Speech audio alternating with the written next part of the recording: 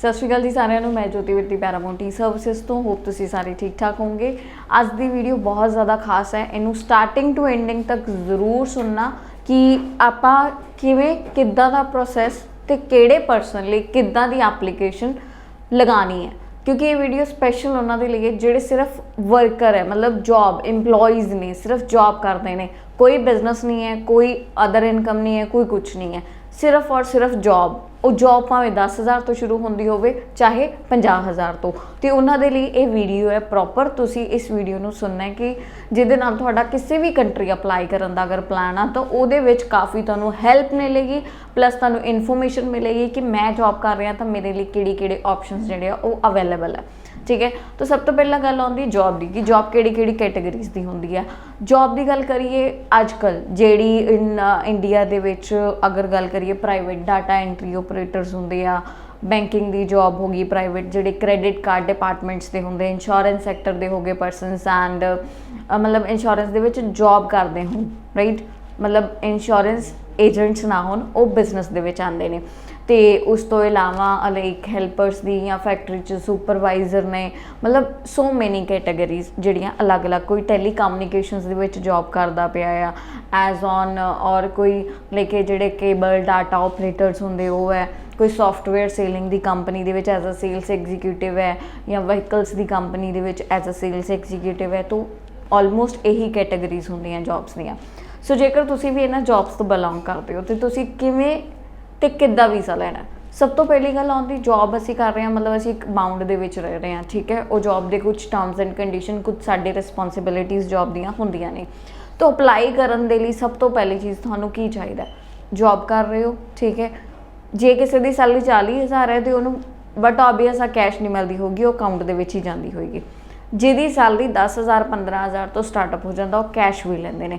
तो उस केस दे विच की करना, तुसी एक तो कंपनी जदों तुसी ज्वाइन करते हो, ठीक है, उदों ज्वाइनिंग लैटर दिंदी है। जेकर तुहाडी कंपनी ज्वाइनिंग लैटर नहीं दे रही है, ठीक है, जेकर तुहाडी कंपनी जिहड़ी है ज्वाइनिंग लैटर नहीं दे रही है तो तुसी अपनी कंपनी तो एक सैलरी दी जिहड़ी उस टाइम की क्लीयरेंस जी वो लिखवा के लैटर हैड से दे देनी लास्ट 4 to 6 मंथ की, क्योंकि कैनेडा 4 मंथ की लैंदा, बाकी कंट्रियां 6 महीने दियां लैंदियां ने, प्लस एक NOC। क्योंकि जॉब वाले बंदे लिए NOC क्यों जरूरी, क्योंकि प्राइवेट सैक्टर तो कोई प्रॉब्लम नहीं आएगी। NOC जरूर लगाओ, NOC नहीं लगा रहे हो तो कुछ अपना आई कार्ड, कुछ प्रूफ जरूर देना तुसी अपने जॉब का, जिहदे करके पता लगे बंदा वाकई एक कंपनी दे विच एज एन एम्पलॉय वर्किंग आ, तो इहदियां जॉब रिस्पोंसिबिलिटीज़ ये हैगियां ने, ठीक है। अपनी जॉब रिस्पोंसिबिलिटीज़ जरूर डिक्लेयर करिया करो। जिहड़ी भी तुसी एप्लीकेशन लगांदे हो, कैनेडा की लगांदे हो, UK की लगांदे हो, आस्ट्रेलिया की लगांदे हो, न्यूजीलैंड की लगांदे हो, किसी भी कंट्री के जॉब जरूर डिस्क्राइब करना तुसी, ठीक है। फिर उस तो बाद उस जॉब के रेलीवेंट तुहाडियां इनकम टैक्स रिटर्नस होण। जे 15,000 रुपया भी सैलरी है तो उन्होंने 12 ना डिवाइड करके फिर जिन्नी बनती आपां उन्नी फिल कराउणी है, ठीक है। ਉਹਦੇ ਵਿੱਚ ਇਹ ना ਹੋਵੇ कि तुसी उत्ते सैलरी लिखाई होवे, थल्ले तुसी इनकम फ्रॉम बिजनेस लिखाया होवे। ये दो काम नहीं करने हैगे कभी भी, इहदे नाल एप्लीकेशन खराब हुंदा है। जे नैचुरल बेसिस दे विच तुसी एक वर्किंग दे नाल एक बिजनेस भी रन कर रहे हो कोई छोटा मोटा, दैट्स फाइन, टोटली फाइन, वो चीज़ एक्सैप्टेबल है, ठीक है। और वो जेन्युइन प्रूफ एविडेंस हैगे आ। तां जेकर जॉब ही कर रहे हो भावें 15,000 की भावें 20,000 की, एक इनकम टैक्स रिटर्न जरूर तुसी भरनी है, भावें उत्ते टैक्स लागू होंदा है भावें नहीं होंदा है, निल दियां भरो। Income tax return is approved by the government, वो भी एक जॉब का प्रूफ है कि ये बंदा सो एंड सो कंपनी दे विच वर्किंग है और इनू इन्ना को सैलरी जी है वो आ रही है, तो that is also justification the part of your job, ठीक है।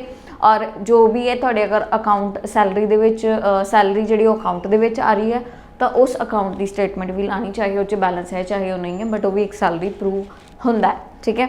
फिर सेकेंड अपनी सेविंग्स दी स्टेटमेंट्स जरूर लगानी है। प्रॉपर्टी एनालिटिकल, भावें प्रॉपर्टी फादर के नाम है, क्योंकि इंडिया का एक रूल है कि जब तक वड्डे अपनी मर्जी अपनी विल के अनुसार तुहानूं अपनी प्रॉपर्टी नहीं दिंदे लिख के, तद तक तुहाडी नहीं आ रही, वो आफ्टर देयर एंडिंग, मतलब आफ्टर देयर डिकीज और आफ्टर देयर डेथ फिर ही आएगी थोड़े नाम पे। तो इसका कोई गलत इंपैक्ट नहीं है कि प्रॉपर्टी मेरे डैडी की है मैं नहीं ला सकता, ला सकते हो। नैटवर्थ थोड़ी फैमिली का, ठीक है। फिर reason to come back the which family ties, job, funds, पूरा नैटवर्थ, ਆਪਣੀ ਕੰਟਰੀ ਦੇ ਵਿੱਚ ਸਟੇਬਿਲਿਟੀ। ਹੁਣ ਬੰਦੇ ਨੇ 40 ਸਾਲ ਇੰਡੀਆ 'ਚ ਗੁਜ਼ਾਰਤੇ ਆ, 41ਵੇਂ ਸਾਲ ਜ਼ੀਰੋ ਤੋਂ ਸਟਾਰਟ ਕਰਨਾ ਬਹੁਤ ਔਖਾ ਹੁੰਦਾ, ਠੀਕ ਹੈ। ਜਿਹਨੂੰ ਹੁਣ ਆਦਤ ਪੈ ਚੁੱਕੀ ਹੈ ਇੱਥੇ ਰਹਿਣ ਦੀ, ਉਹਦਾ ਬਾਹਰ ਜਾ ਕੇ ਇੰਨਾ ਸੌਖਾ ਨਹੀਂ ਹੈ ਐਡਜਸਟ ਹੋਣਾ। ਇਹ ਹਾਈ ਕਮਿਸ਼ਨ ਨੂੰ ਵੀ ਪਤਾ ਹੁੰਦਾ, ਬਟ ਇਸੇ ਫੀਲਿੰਗ ਨੂੰ ਜਿਹੜਾ ਆਪਾਂ ਇਲੈਬੋਰੇਟ ਕਰਨਾ ਫਾਈਲ ਦੇ ਵਿੱਚ।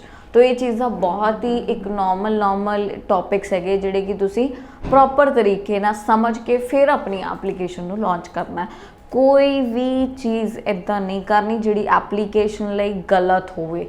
ਕਿਸੇ ਦੇ ਕਹਿਣੇ 'ਚ ਆ ਕੇ ਇਨਕਮ ਟੈਕਸ ਰਿਟਰਨ ਨਹੀਂ ਵਧਾ ਲੈਣੀ, ਫਿਰ ਉਹ ਫੋਰਐਵਰਲੀ ਟੈਕਸ ਪੇ ਕਰਨ ਲਈ ਤਿਆਰ ਰਹਿਣਾ ਤੁਸੀਂ, ਠੀਕ ਹੈ। ਕਿਸੇ ਦੇ ਕਹਿਣ 'ਚ ਆ ਕੇ ਬਿਜ਼ਨਸ ਨਹੀਂ ਸ਼ੋ ਕਰਾ ਲੈਣਾ। ਤੋ ਇਹ ਚੀਜ਼ਾਂ ਧਿਆਨ, ਕਿਉਂਕਿ ਅੱਜ ਕੱਲ੍ਹ ਅਕਾਊਂਟੈਂਟ ਵੀ ਜਦੋਂ ਇਨਕਮ ਟੈਕਸ ਰਿਟਰਨ ਭਰਦੇ ਨੇ, ਉਹ ਬੰਦਾ ਕਰ ਕੁਛ ਹੋ ਰਿਹਾ ਹੁੰਦਾ, ਉਹਦੀ ਇਨਕਮ ਟੈਕਸ ਰਿਟਰਨ ਕਿਸੇ ਹੋਰ ਚੀਜ਼ ਦੀ ਗਈ ਹੁੰਦੀ ਹੈ। ਤੋ ਵੀ ਰੀਅਲੀ ਮਤਲਬ ਇੰਨਾ ਕਨਫਿਊਜ਼ ਹੋ ਜਾਂਦੇ ਹਾਂ ਅਸੀਂ ਕਿ ਬੰਦੇ ਦੀ ਹੁਣ ਐਪਲੀਕੇਸ਼ਨ ਕਿੱਦਾਂ ਸ਼ੋ ਕਰਨੀ, ਕਿੱਦਾਂ ਬਟ ਜਿੰਨਾ ਹੋ ਸਕਦਾ ਉਨਾ ਅਸੀਂ ਕਰਦੇ ਹਾਂ, ਠੀਕ ਹੈ। ਕਿਉਂਕਿ ਤੁਹਾਡੇ ਸਾਹਮਣੇ ਹੈ, ਤੁਸੀਂ ਮੇਰਾ ਅਗਰ ਪੇਜ ਪੂਰਾ ਸਕਰੋਲ ਕਰੋਗੇ ਉਹਦੇ 'ਚ ਤੁਹਾਨੂੰ ਟੈਸਟਮਨੀਜ਼ ਮਿਲਣਗੀਆਂ ਜੋਬ ਵਾਲਿਆਂ ਦੀ ਵੀ। 13,000 ਸੈਲਰੀ ਸੀ, ਵੀਜ਼ਾ ਆ ਗਿਆ। 17,000 ਸੈਲਰੀ ਸੀ, ਵੀਜ਼ਾ ਆ ਗਿਆ। ਜਿੰਨਾ ਕਮਾ ਰਹੇ ਹੋ ਉਨਾ ਹੀ ਮੈਂਸ਼ਨ ਕਰਨਾ ਹੈ, ਵਧਾਉਣ ਦੀ ਲੋੜ ਨਹੀਂ। 40,000 ਵੀ ਸੈਲਰੀ ਲੈ ਲੂੰਗੀ ਉੱਤੇ ਵੀ ਗਰੰਟੀ ਨਹੀਂ ਹੈ ਵੀਜ਼ੇ ਦੀ, ਅਤੇ 40 ਲੱਖ ਵੀ ਸੈਲਰੀ ਲੈ ਲੂੰਗੀ ਉੱਤੇ ਵੀ ਗਰੰਟੀ ਨਹੀਂ ਹੈ ਵੀਜ਼ੇ ਦੀ। ਜੇ ਇੰਵੈਸਟਰ ਨੇ ਰਿਫਿਊਜ਼ ਕਰਨਾ ਹੋਇਆ ਉਹਨੇ ਕਰ ਦੇਣਾ, ਕਿਸ ਲੌਜਿਕ ਨਾਲ ਕਰਨਾ, ਕੀ ਕਰਨਾ, ਕਿਸੇ ਨੇ ਕੁਝ ਕਲੀਅਰ ਨਹੀਂ ਕਰਨਾ। ਬਟ ਐਪਲੀਕੇਸ਼ਨ ਤੁਸੀਂ ਸਹੀ ਤਰੀਕੇ ਨਾਲ ਲਗਾਉਣੀ, ਜਸਟੀਫਿਕੇਟਡ ਲਗਾਉਣੀ, ਟਰਾਂਸਪੇਰੈਂਟ ਲਗਾਉਣੀ, ਸੱਚ ਦੇ ਨਾਲ ਲਾਉਣੀ, ਤਾਂ ਕਿ ਆਪਾਂ ਨੂੰ ਨੈਕਸਟ ਰੀਲਾਂਚ ਵੀ ਕਰ ਸਕੀਏ। ਝੂਠ ਦੇ ਨਾਲ ਲਾਵਾਂਗੇ ਤਾਂ ਰੀਲਾਂਚ ਭੁੱਲ ਜਾਓ, ਰੀਲਾਂਚ ਨਹੀਂ ਹੋਣਾ, ਉਹਦਾ ਬਹੁਤ ਵੱਡਾ ਬੈਕਡ੍ਰੌਪ ਪੈਂਦਾ। ਸੋ ਇਸ ਕਰਕੇ ਸਾਰੀ ਚੀਜ਼ਾਂ ਕਲੀਅਰਲੀ ਮੈਂਸ਼ਨ ਕਰਨੀਆਂ, ਟਰਾਂਸਪੇਰੈਂਟ ਪੂਰਾ ਸੋਚ ਸਮਝ ਕੇ ਅਪਲਾਈ ਕਰਨਾ। ਕਿਤੋਂ ਵੀ ਅਪਲਾਈ ਕਰਨਾ, ਸਭ ਤੋਂ ਪਹਿਲਾਂ ਪੈਰਾਮਾਉਂਟ ਈ ਸਰਵਿਸਿਜ਼ ਦਾ ਪੇਜ ਦੇਖੋ, ਕੀ ਟੈਸਟਮਨੀਜ਼ ਆ ਰਹੀਆਂ। ਇਕੱਲੀ ਇੱਕ ਵੀਡੀਓ 'ਤੇ ਨਾ ਜਾਓ, ਸਾਰਾ ਪੇਜ ਦੇਖੋ, ਕਿੰਨੇ ਵੀਜ਼ਾ ਰੇਸ਼ੀਓਜ਼ ਆ ਰਹੇ, ਕਿਆ ਆ ਰਹੇ, ਸਾਰੀ ਚੀਜ਼ਾਂ ਦੇਖ ਕੇ ਫਿਰ ਐਨਾਲਾਈਟਿਕਸ ਦੇ ਨਾਲ ਅਪਲਾਈ ਕਰੋ ਸਾਡੇ ਕੋਲ। So thank you so much all of you. Hop very soon ਹੋਰ ਵੀ ਜ਼ਿਆਦਾ ਅਮੇਜ਼ਿੰਗ ਟੈਸਟਮਨੀਜ਼ ਸ਼ੇਅਰ ਕਰੂੰਗੀ। Thank you so much.